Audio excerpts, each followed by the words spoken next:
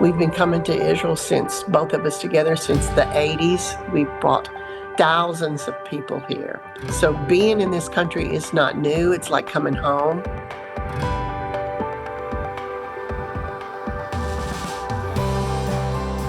The voice you just heard was Janet Huckabee.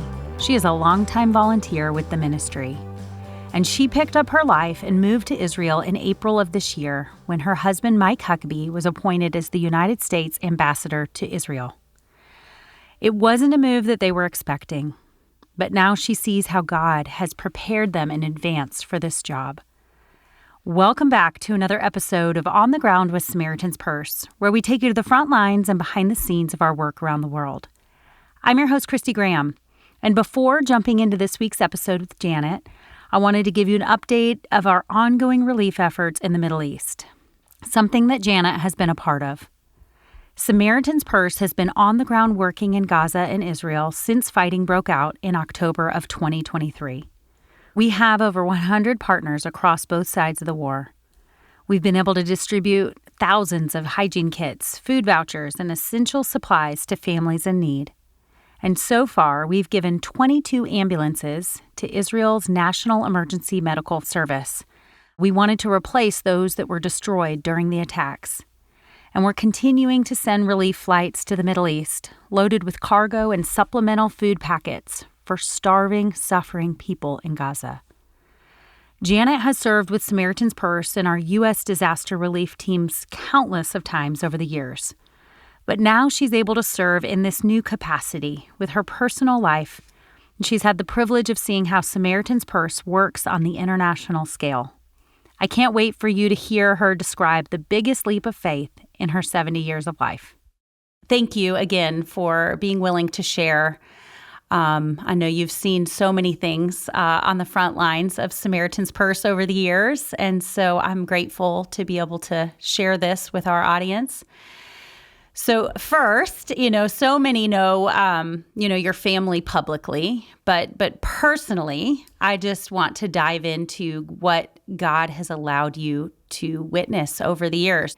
But can we start by going back? And maybe, people know. How far back? Well, as far as you want to go. But I think just because we probably can't cover everything, we'll talk about your touch points with Samaritan's Purse.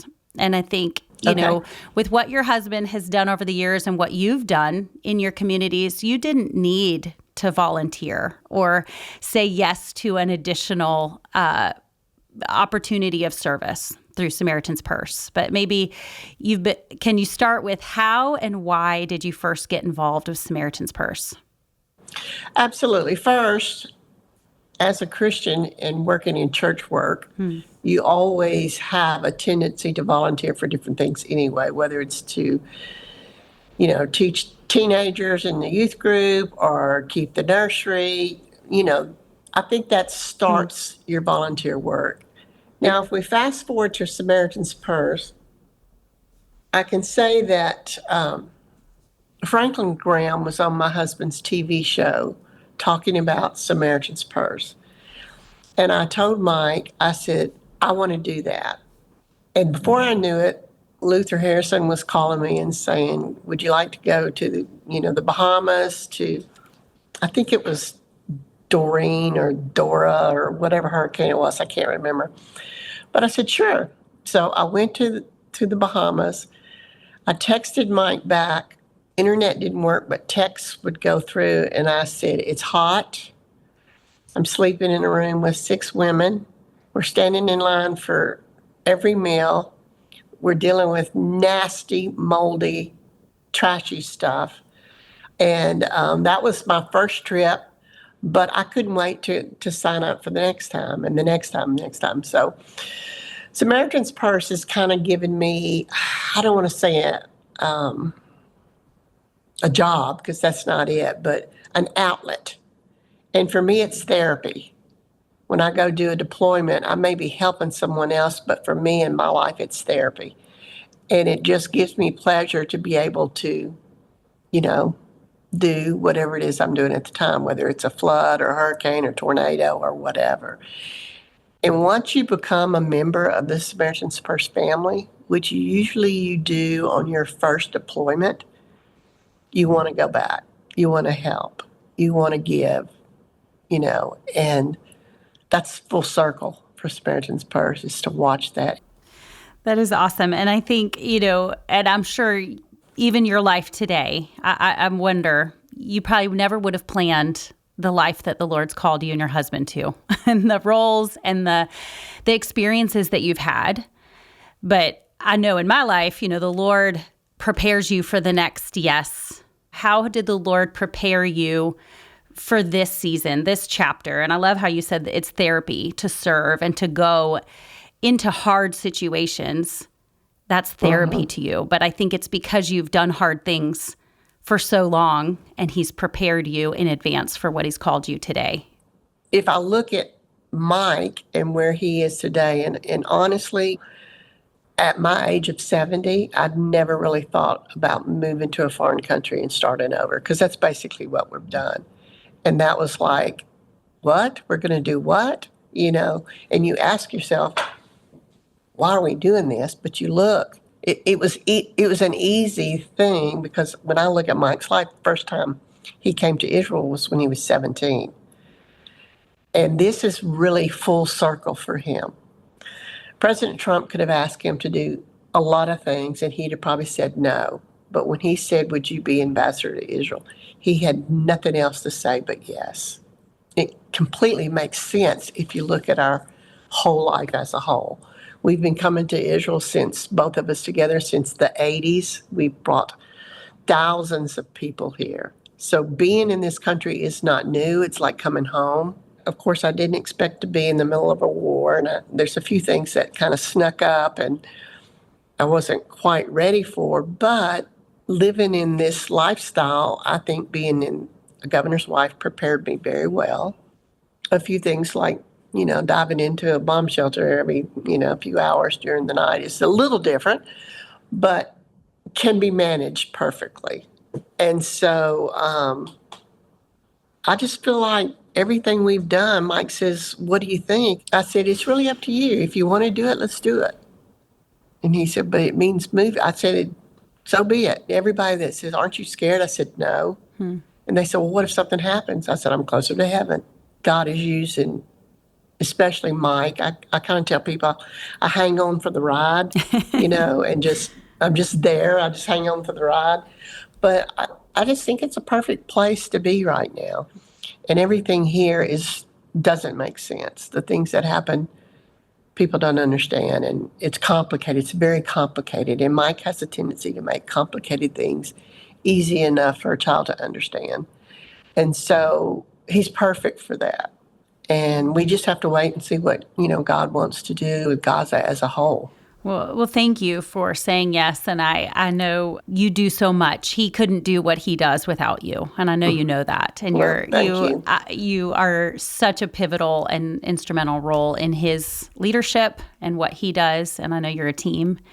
And so thank you for saying yes. Yeah, living in a war zone. And I mean, that part of the world has always been tense. I think I just keep reading Ecclesiastes, nothing is new, and the Lord is sovereign. And maybe even tell me, what have you learned living there together with everything that's going on? And I think we think we know what's going on watching the news, but we don't. You know more than we do. What has it been like, going into bomb shelters, fearing for your life, but also probably seeing Jesus and seeing his scripture come to life? What has it taught you both? Well, to be patient, for one thing. You just never know when these things are going to happen. So patience is, I think, very necessary. I have clothes at the end of my bed. I call them my missile clothes. I said, I got my missile clothes out. You need to have some clothes you put at the end of your bed to jump in, because you only have a minute and a half to get to the shelter. And I really can't even get out of bed in a minute and a half, but you've got people banging on your door saying you've got to come. And I'm just going, I'm coming. They said, do you need help? I said, no, I need clothes. The bomb shelter, it's nothing more than a laundry room. It's reinforced and it's all that, but it's a laundry room and it's very small. And one time we had 10 people in there and 2 dogs, and everybody's staring at their phone. because they want to know when we can leave. It's really not something that any Americans can picture because they've never had to be on guard like that. Israelis wake up every day defending their country, their land, their people, and every day this could happen. So that took a little getting used to, but I think the patience is key because I'm not a patient person. I like to move on, and if I've done something for a few minutes, I'm tired. I want to do something else. So you just have to learn to be patient. You're not going anywhere, and so I think patience is really what God is teaching us. I can't imagine living where you live. I just traveled to Kenya, and same, just even watching the news there, Al Jazeera News, just seeing things and seeing stories and images that we don't hear about, we don't talk about in the United States. And I'm sure it feels like that to you. And it just broke my heart, and then it made me, it must break the Lord's heart. It's like, I can't imagine, what he's seeing. And I just had to come to Psalm 77. It said, I cried out to God with my voice, to God with my voice. He gave ear to me in the day of trouble. I called out to the Lord. And I think you're right. We need to be calling out to the Lord and grieving over the things that he grieves over.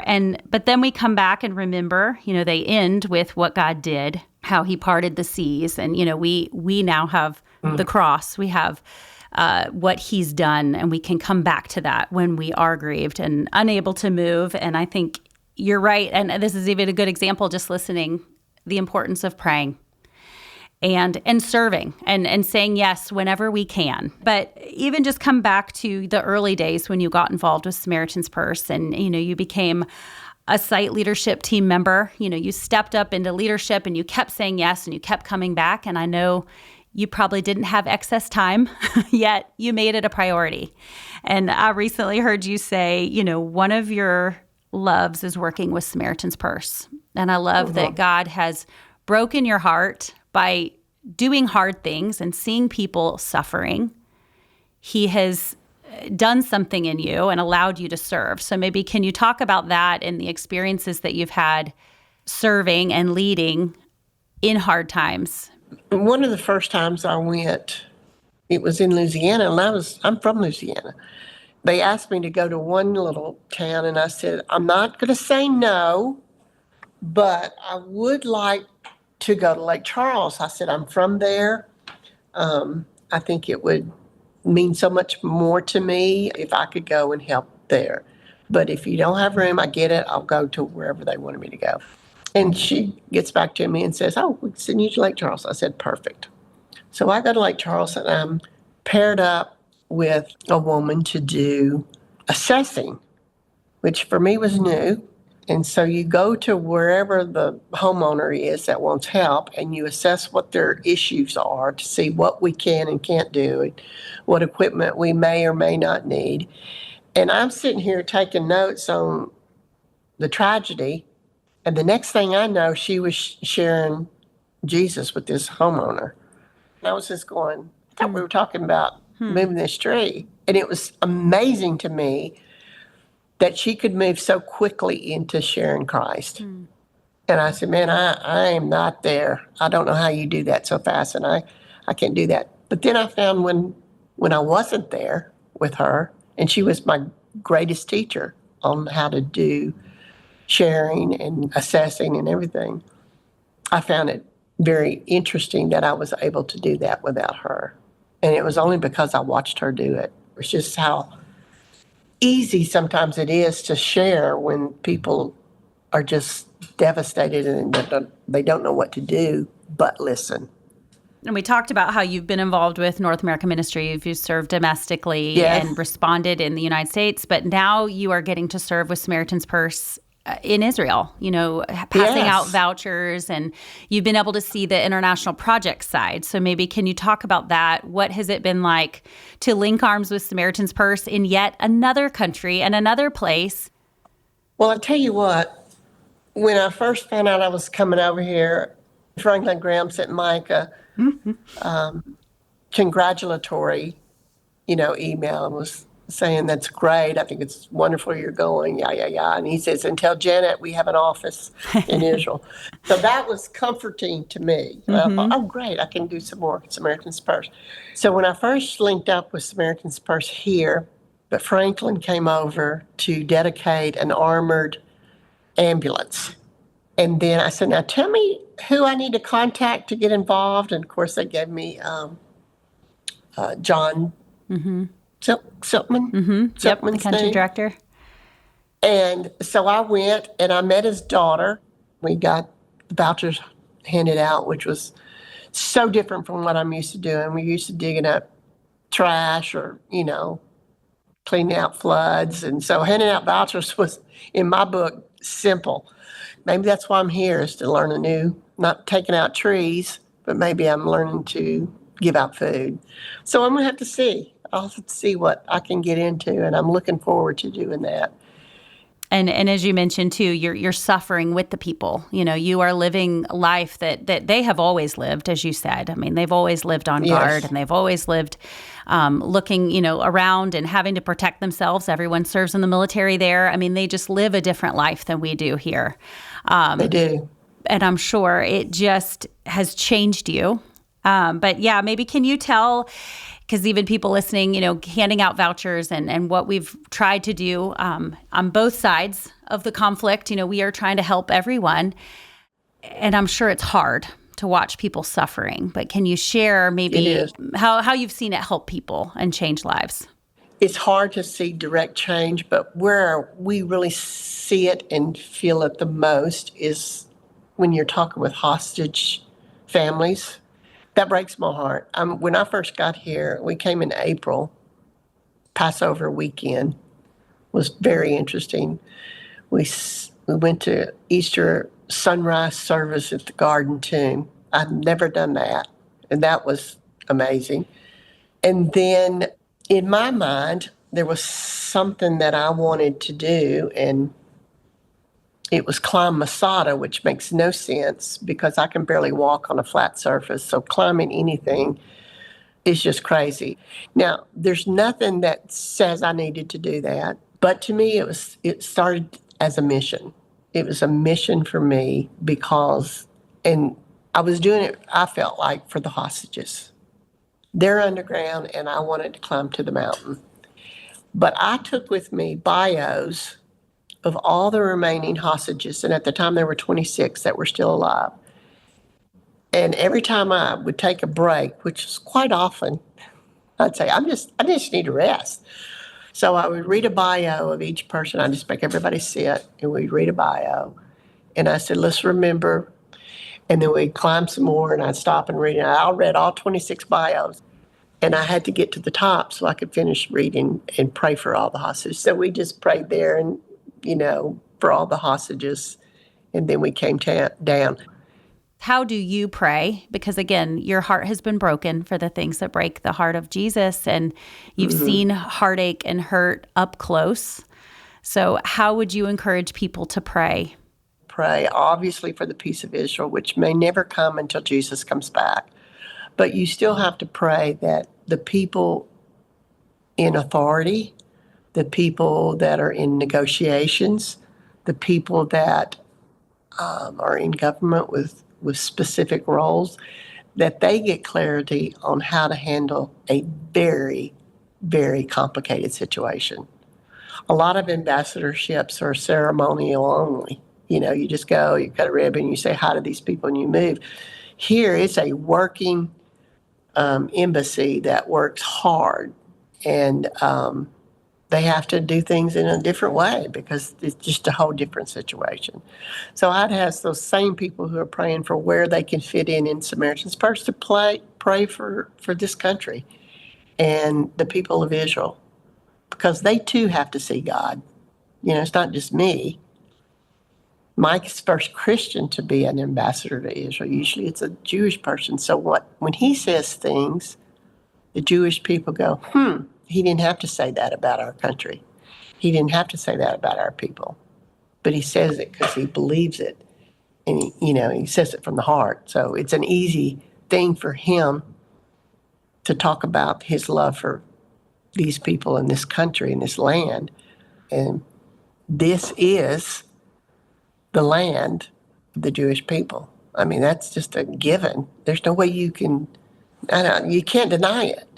I'm so grateful for your family being in leadership right now. All I could think about was Ephesians 2:10. We are God's workmanship, his masterpiece, created in Christ Jesus to do good works, which he prepared in advance for us to do.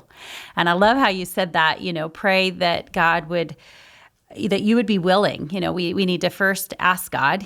Jesus modeled that in Mark. He arose early in the morning to spend time with the Lord. He had so many things to do and was pressed. And I think even as you're talking, it can get overwhelming because there's so much suffering and hurt in this world. And there will never be true peace here on earth, which it can be disheartening. But that's where we have to ask God, what do you have for me to do?